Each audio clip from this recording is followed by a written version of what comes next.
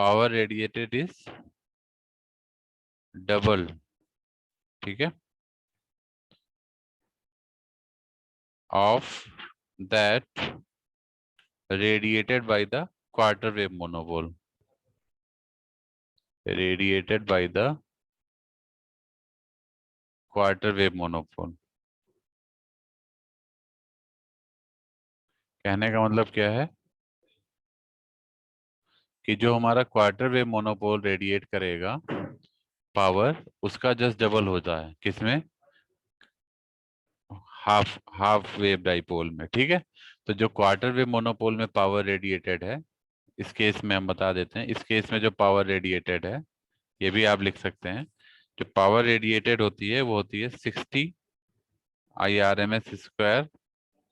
Power radiated भी आप लोग नोट कर लीजिएगा 0.609, ठीक है। इन सब के डेरिवेशंस हैं, तो डेरिवेशन अभी मैं यहाँ नहीं कराऊंगा। अब एंटीना डिजाइन जो 4th यूनिट है उसको पढ़ाएंगे तो देखेंगे, उसमें अगर हमें नीड है तो हम उसमें कराएंगे, ठीक है। ये होता है।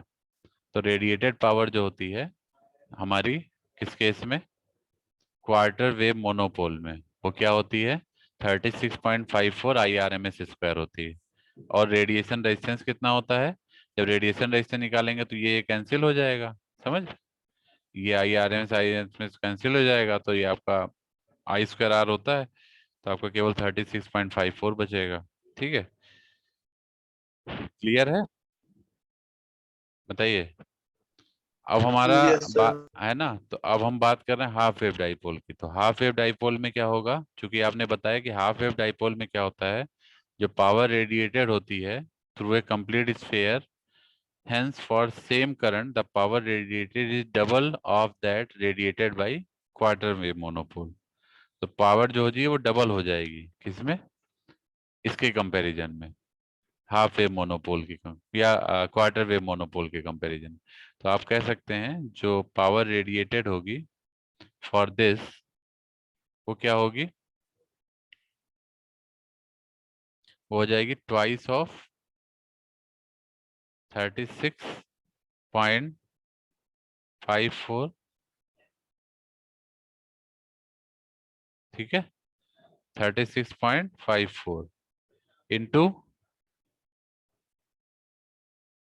इंटू वॉट, IRMS², ठीक है। तो ये आप डबल कर देंगे तो ये करीब 72 पॉइंट समथिंग आ जाएगा, 73 के आसपास। कितना आ रहा है ये, 73 सर। 73 आ रहा है। हाँ, तो ये 73 IRMS² के आसपास होगी पावर, ठीक है। ये हो गई पावर, ठीक है। लेकिन अगर रेडिएशन रेजिस्टेंस की बात करेंगे, अब रेडिएशन रेजिस्टेंस भी देख लेते हैं। तो चूंकि पावर आपकी डबल हो जा रही है तो रेजिस्टेंस क्या हो जाएगा, ये भी ट्वाइस हो जाता है। Radiation resistance, radiation resistance for half wave dipole, dipole is twice of the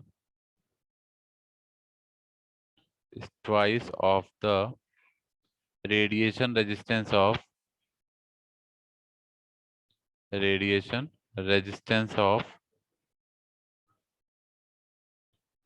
quarter wave monopole,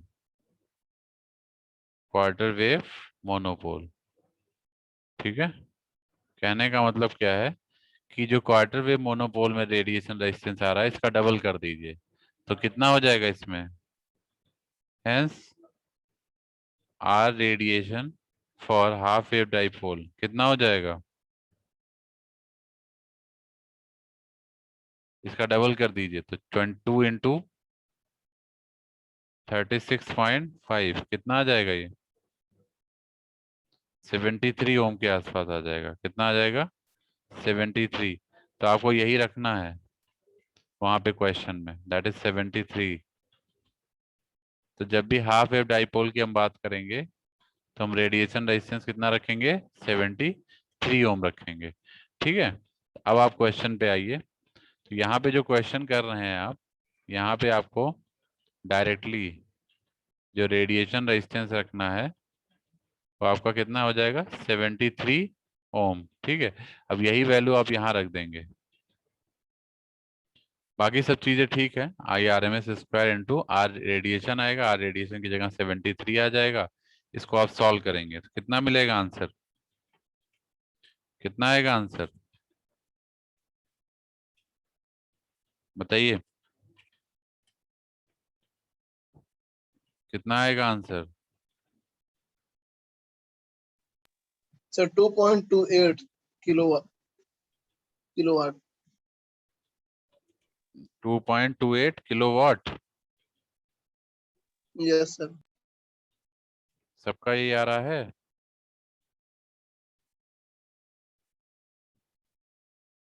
बाकी लोग बताइए।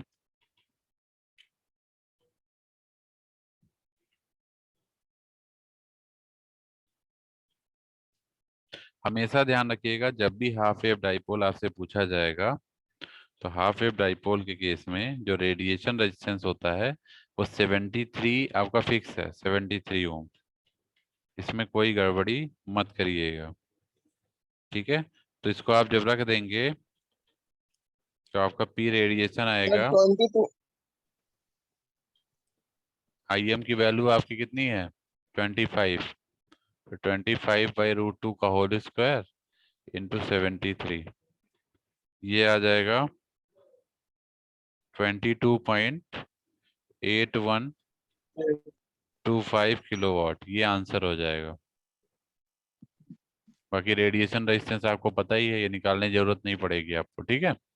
ये ध्यान रखिएगा, ये हाफ वेव डाइपोल में ये फिक्स वैल्यू है 73 ओम। तो जहां कहीं भी हाफ वेव डाइपोल पूछेगा, क्वेश्चन में दिखे आपको, आप सीधे रेडिएशन रेजिस्टेंस 73 ओम रख दीजिएगा। ऐसे ही क्वार्टर वेव डाइपोल बोलता है, क्वार्टर वेव, तो क्वार्टर वेव के केस में कितना रखेंगे 36 पॉइंट, क्वार्टर वेव मोनोपोल में कितना रखेंगे 36.5 ओम रखेंगे। 36.54। हाँ, तो ये चीज आपको याद रखनी पड़ेगी, ये सब टर्म याद रखने पड़ेंगे। स्पेसिफिकली अगर किसी एंटीना के लिए पूछता है तो आपको यही रखना पड़ेगा, क्योंकि जो डिफाइंड है निकालने के बाद जो आती हैं वैल्यूज। लेकिन अगर जनरल वे में पूछेगा तो आप उसको सॉल्व कर सकते हैं, ठीक है। अब हम बात कर रहे थे रेडिएशन रेजिस्टेंस की, सॉरी, अब हम बात कर रहे थे कम्युनिकेशन लिंक की। तो यहाँ आप देख सकते हैं कोई भी कम्युनिकेशन मॉडल होता है, RF कम्युनिकेशन मॉडल में हम बेसिकली हमारे पास देख रहे हैं ट्रांसमीटर है, we have a transmitting antenna, ठीक है, we have a RF cable, ठीक है।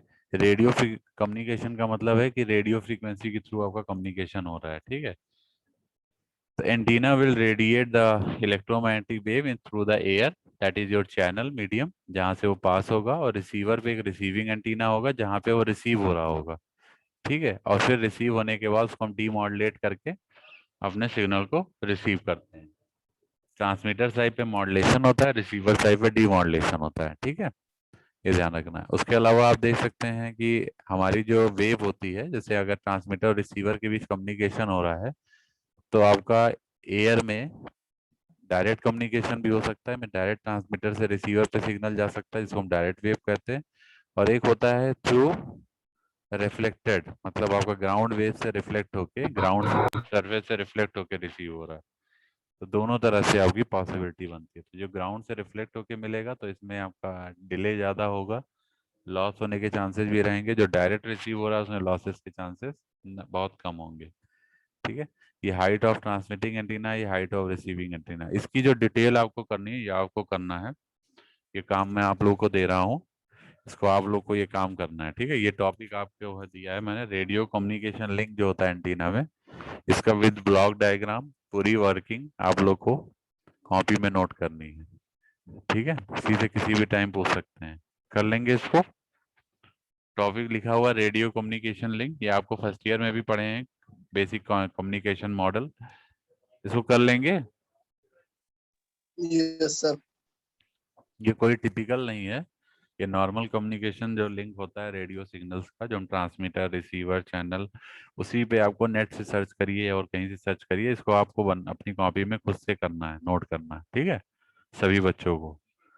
बाकी जो और टॉपिक हैं, एक दो टॉपिक और बचे हैं वो हम करा देंगे, तब आपकी ये यूनिट खत्म हो जाएगी, ठीक है। इसके बाद हम लोग 4th यूनिट पे पढ़ेंगे एंटीना डिजाइन। अभी आप एंटीना की बेसिक चीजें पढ़ रहे हैं, फिर एंटीना डिजाइन पे आएंगे। ठीक है। अभी आपने एंटीना पैरामीटर्स पढ़ा, एंटीना प्रॉपर्टीज पढ़ा, एंटीना के कई सारे डिफरेंट डिफरेंट टर्म्स पढ़े, कुछ मल्टीपल एंटीनास के बारे में भी डिस्कस किया आपने। डाइपोल एंटीना क्या होता है, हाफ वेव डाइपोल क्या है, इसके हमने कुछ पैरामीटर्स भी निकाले, कुछ क्वेश्चंस भी किए, receive power, efficiency, radiation resistance. ठीक है। तो ये सब चीजें हम लोग अभी पैरामीटर जो हम लोग कर रहे हैं सब बेसिक चीजें, इसको कैसे यूटिलाइज करेंगे फॉर ए पर्टिकुलर एंटीना, ये हम लोग सेकंड में देखेंगे जब एंटीना डिजाइन करेंगे। ठीक है। डिफरेंट डिफरेंट टाइप के एंटीना 4th यूनिट में देखेंगे। तो ठीक है, अब आज का हम यहीं पे एंड करते हैं क्लास। ठीक है, अभी अटेंडेंस ले लेते हैं। अगर अटेंडेंस दे दीजिएगा सभी लोग। सभी लोग अपनी वीडियो ऑन करिए, जिसकी वीडियो नहीं ऑन होगी वो एब्सेंट हो जाएगा। सब वीडियो ऑन करिए जरा। रैंडमली मैं किसी का भी नाम ले सकता हूँ।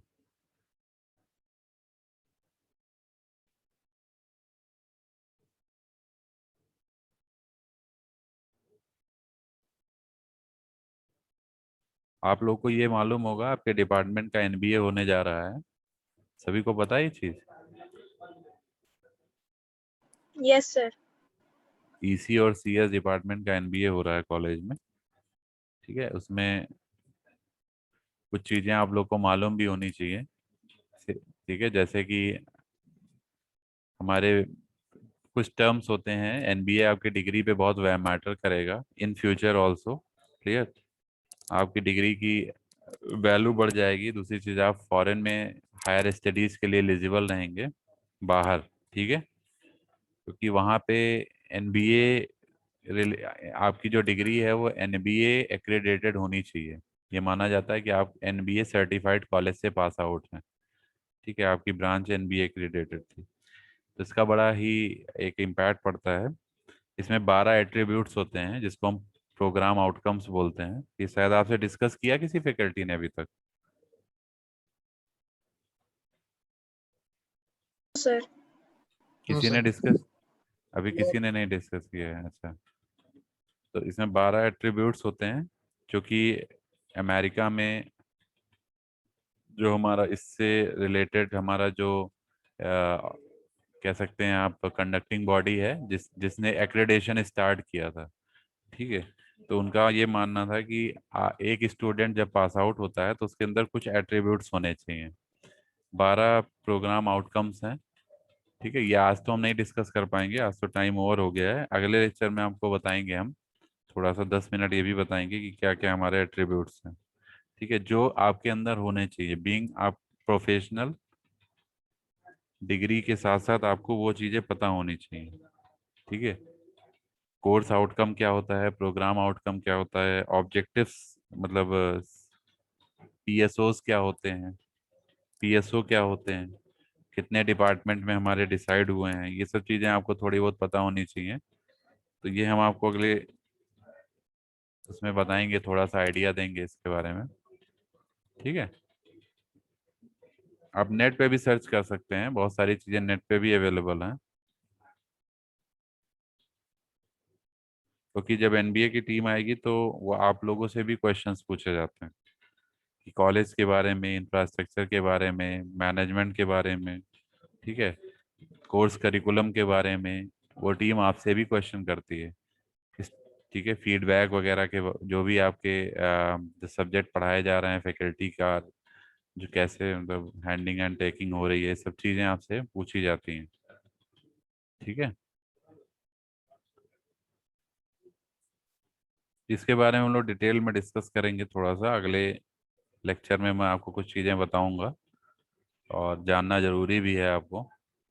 आज तो टाइम ओवर हो गया है।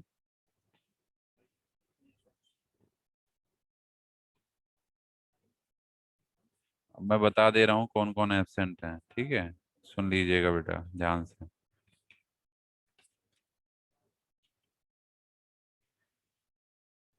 अब एक बात ध्यान रखिएगा, जो बच्चे हमें इस समय प्रेजेंट मिलेंगे अटेंडेंस के टाइम पे, उन्हीं की अटेंडेंस लगेगी।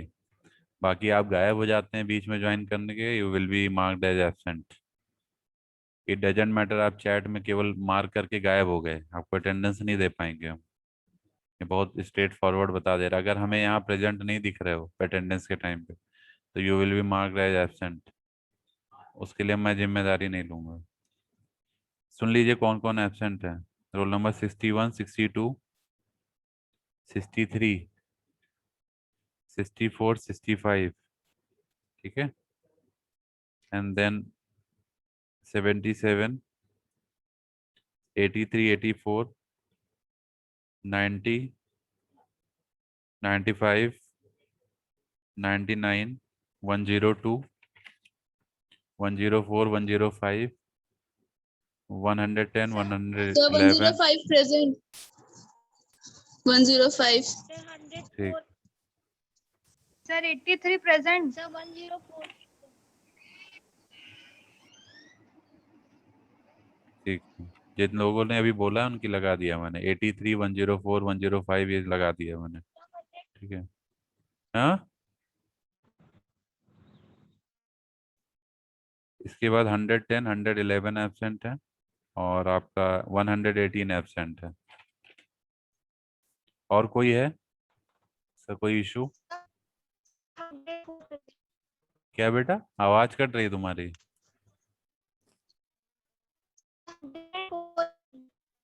104 लगा दिया है,